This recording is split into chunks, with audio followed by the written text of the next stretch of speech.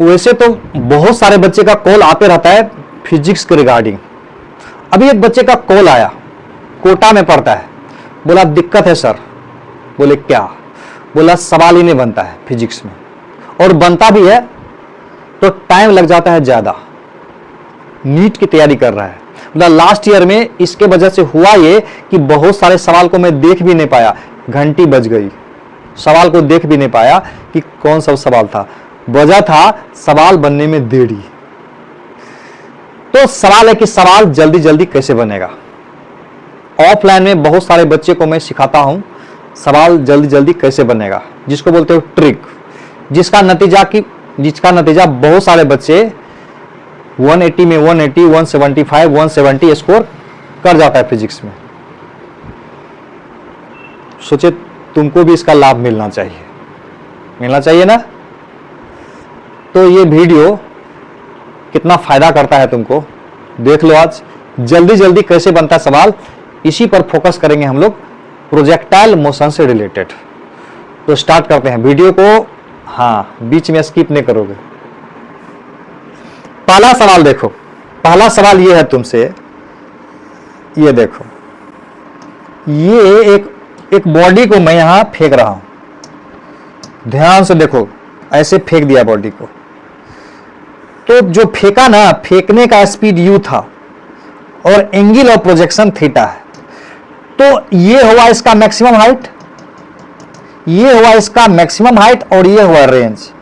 तो क्वेश्चन है, ये देखो, ध्यान से देखोगे, फाइंड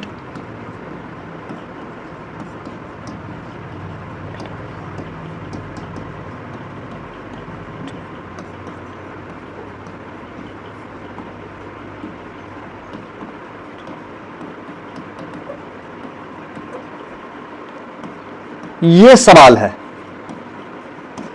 रेंज r और मैक्सिमम हाइट h के बीच रिलेशन लाना।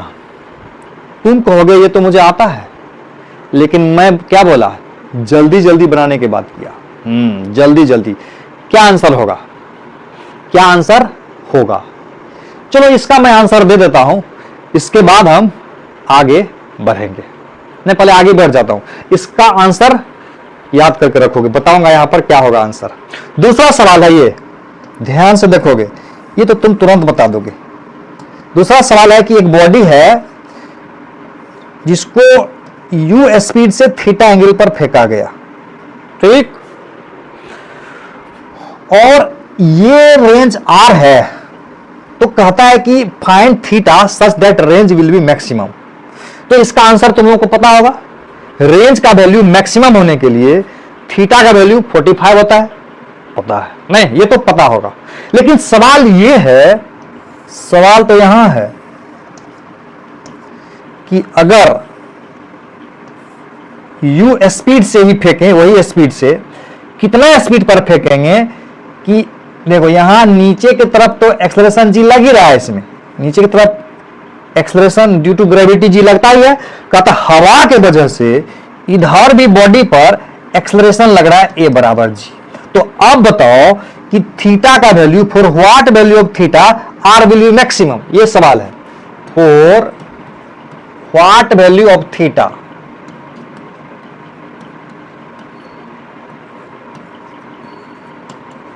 r will be maximum.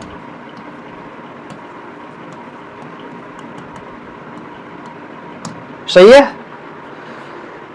अब अगला सवाल देखो, याद करके रखना है ना, मतलब नोट करके रखो कॉपी में।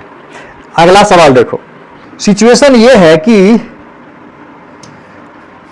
ये इंक्लिनेशन एंगल जो है ना अल्फा है, और एक बॉडी को यहां से फेंकेंगे अप द प्लेन। तो कहता है कि थीटा का वैल्यू कितना होगा अप द इंक्लाइन प्लेन, इसको हम एक्स एक्सिस मान लेते हैं ना। थीटा का value up the incline plane कितना होगा, जिससे कि रेंज का वैल्यू हो जाए मैक्सिमम, ये वाला रेंज मैक्सिमम हो जाए। समझ में आ रहा है? ये वाला रेंज मैक्सिमम हो जाए, इसके लिए थीटा का वैल्यू कितना होगा। अगला सवाल है कि क्वेश्चन यही है, बॉडी को ऊपर फेंका गया, ये एंगल था अल्फा, ठीक। तो कितना होगा थीटा का वैल्यू, थीटा का वैल्यू कितना होगा कि रेंज हो जाएगा मैक्सिमम, रेंज हो जाएगा मैक्सिमम। फिलहाल तो ये 4 सवाल है, आगे बताऊंगा फिर और कॉन्सेप्ट। तो क्या जवाब है इसमें तुम्हारा, चलो बताता हूं इसका ट्रिक जल्दी बनाने का। ऐसे तो सबको आंसर पता है, इसको नहीं, पहले ये सवाल हम लोग सॉल्व करेंगे, इसको बाद में करेंगे। स्किल समझते हो, जैसे साइकिल चलाना एक स्किल है, 10 साल चलाना छोड़ भी दोगे और उसके बाद साइकिल चलाओगे तो चला लोगे। क्या बोलना चाह रहा हूं मैं, साइकिल चलाना एक स्किल है, अगर वो स्किल तुमको यहां डेवलप हो जाए मजा आ जाएगा, भूलेंगे भी नहीं और जल्दी जल्दी बन भी जाएगा। तो ध्यान से देखोगे कॉन्सेप्ट क्या है। इसका आंसर तो पता है कि रेंज को मैक्सिमम होने के लिए थीटा का मान 45 आना चाहिए, बिल्कुल पता है। तो उसका टेक्निक है कि देखो नेट ए, नेट ए मतलब एक्सेलरेशन नेट किधर लग रहा है बता दो, ए नेट यहां पर किधर है, ए नेट किधर है, ए नेट बराबर जी इधर है ना।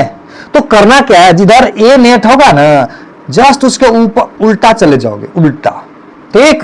और इधर रेंज है, हाँ, तो रेंज जिधर निकालना है वो, और एक्सप्रेशन का जो नेट वैल्यू होगा उसके अपोजिट चला जाओगे और उन दोनों के बीच में जो एंगल बनेगा उसका आधा ले लोगे, वही होता है रेंज को मैक्सिमम होने का एंगल। तो ए नेट का अपोजिट ये हुआ और रेंज इधर हुआ, दोनों के बीच में 90 डिग्री का एंगल है, तो 90 का आधा कितना हो जाएगा, 90 का आधा हो जाएगा 45। तो इसका मतलब रेंज को मैक्सिमम होने के लिए थीटा का वैल्यू 45 डिग्री आना चाहिए।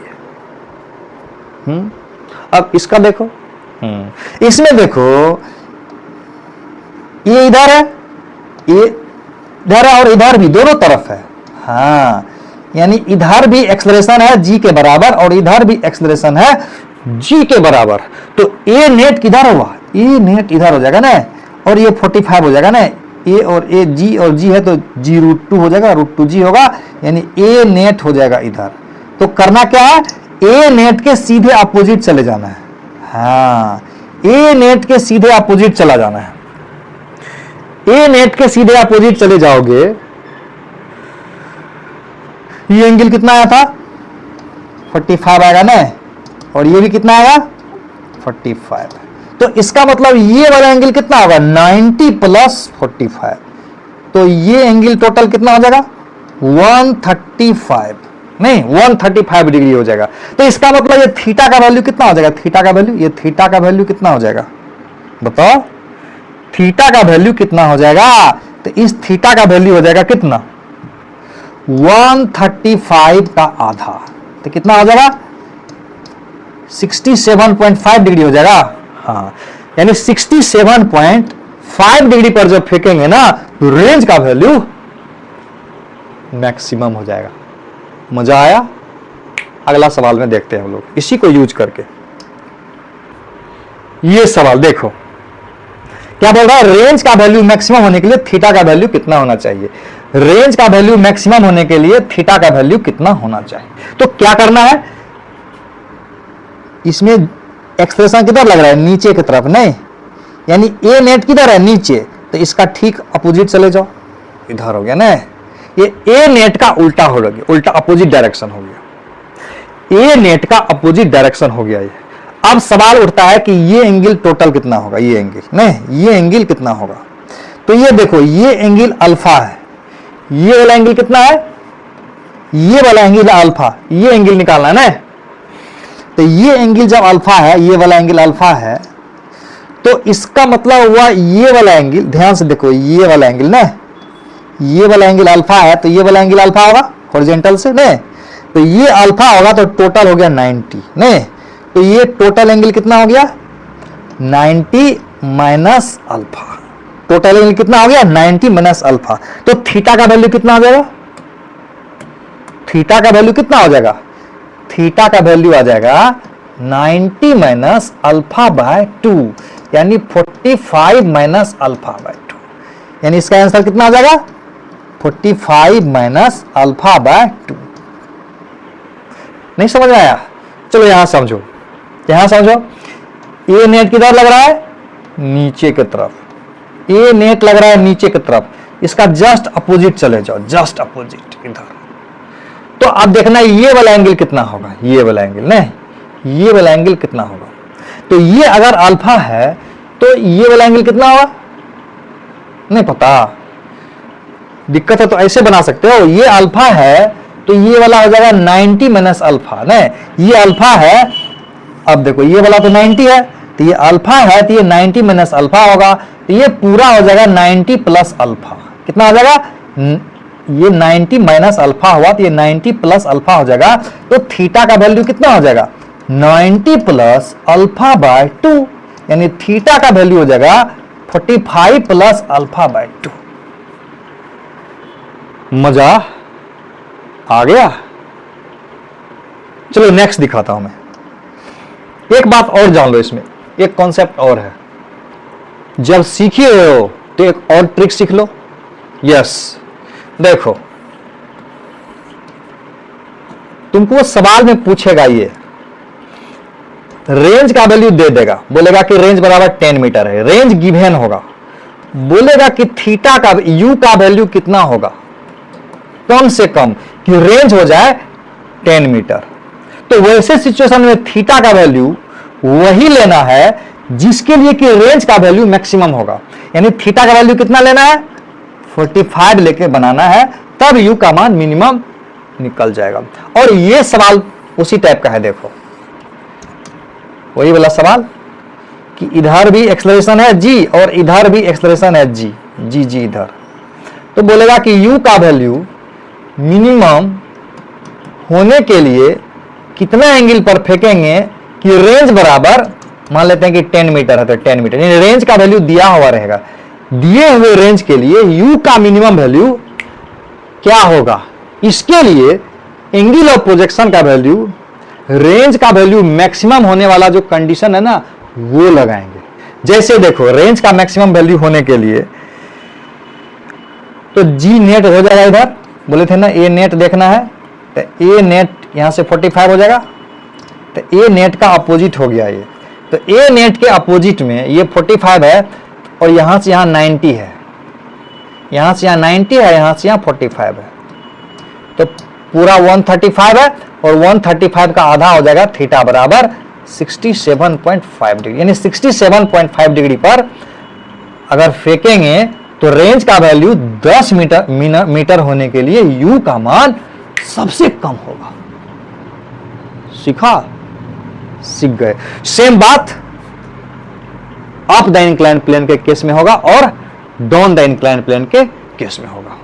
अब एक और शानदार सवाल था हम लोगों का ना, इसका जवाब नहीं मिला अभी तक तुमको, आंसर तो तुमको आ चुका होगा, लेकिन मैं जो बता रहा हूं ना उसको याद कर लोगे। हाँ, ये ट्रिक याद रखोगे। ये है रेंज और ये है हाइट, याद रखना तुमको। ये देखो तुम जब लाया होगा तो ये आंसर आया होगा, देखो r10 थीटा बराबर 4h, ये आया है, ये आया है तुमको, तुम जब लाया होगा तो ये आया होगा, आ गया। अब देखो इसको याद कैसे रखना है, इसको याद कैसे रखना है, तो याद रखना है इसको, r10 थीटा को लिखना है र तो नो रतन, ये क्या है? 4 है, रतन 4 है, रतन 4 है। थोड़ा और मजा चाहिए? रतन नहीं ना हो कोई, बुरा मत मानना, बुरा मत मानना भाई, बुरा मत मानना। रतन चोर है, याद कर लो, रतन चोर है। r10 थीटा बराबर 4h, r10 थीटा बराबर 4h, r10 थीटा बराबर 4h, रतन चोर है। क्या याद रखोगे? रतन चोर है। ये ट्रिक से सवाल जल्दी जल्दी बच जाएगा। ऐसा ही ढेर सारा ट्रिक बताऊंगा तुमको। तब इससे अब एक दो सवाल है तुम्हारे सामने, जैसे देखो ये पूछेगा, इसका ट्रिक अगले क्लास में बताऊंगा। नीचे वाला तुमको बताना है आंसर, नीचे वाला का आंसर बताना है।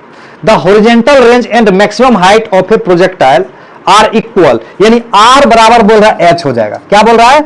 आर बराबर एच हो जाए तो angle of projection of projectile क्या होगा, यानी आर बराबर एच होने के लिए एंगल ऑफ प्रोजेक्शन क्या होगा। तो अभी क्या हम लोग पढ़े, रतन चोर है ना, आर टेन थीटा बराबर 4h सीखे, आर टेन थीटा बराबर 4h सीखे, और यहां आर बराबर एच है, आर बराबर एच है, यानी आर के जगह एच रख दो, आर टेन थीटा बराबर 4h, यानी टेन थीटा बराबर 4, तो थीटा बराबर 10 इनवर्स 4, और इसको याद कर लेना है इतना डिग्री। अगले लेक्चर में फिर कुछ ट्रिक्स लेके आऊंगा, तब तक मजे लो।